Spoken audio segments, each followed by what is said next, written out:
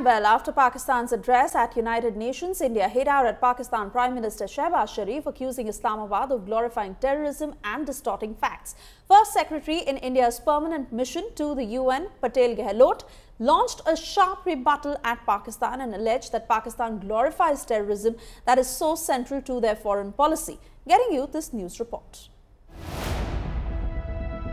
India versus Pakistan was the hot topic at the UNGA. India sought to extract. Pakistan Prime Minister Shehbaz Sharif presented a twisted account spreading falsehoods and glorifying terrorism in his address at the UN General Assembly. The Prime Minister of Pakistan also advanced a bizarre account. But the absurd theatrics of the terror state were rubbished by India.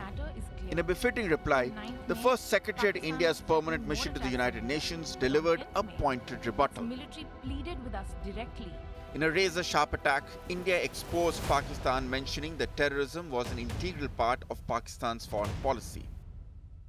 This assembly witnessed absurd theatrics in the morning from the Prime Minister of Pakistan, who once again glorified terrorism that is so central to their foreign policy. The costs.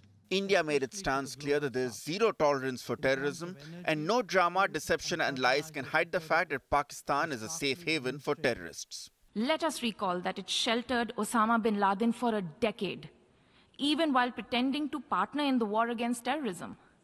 Its ministers have just recently acknowledged that they have been operating terrorist camps for decades.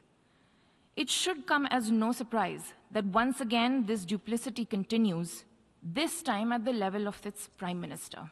During his UNGA address, Sharif had once again reiterated the bluff that 7 Indian jets were damaged during Operation Sindoor.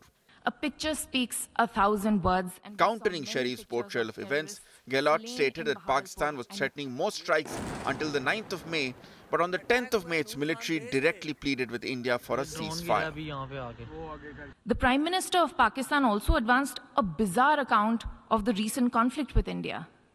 The record on this matter is clear. Till 9th May, Pakistan was threatening more attacks on India, but on 10th May, its military pleaded with us directly for a cessation to the fighting.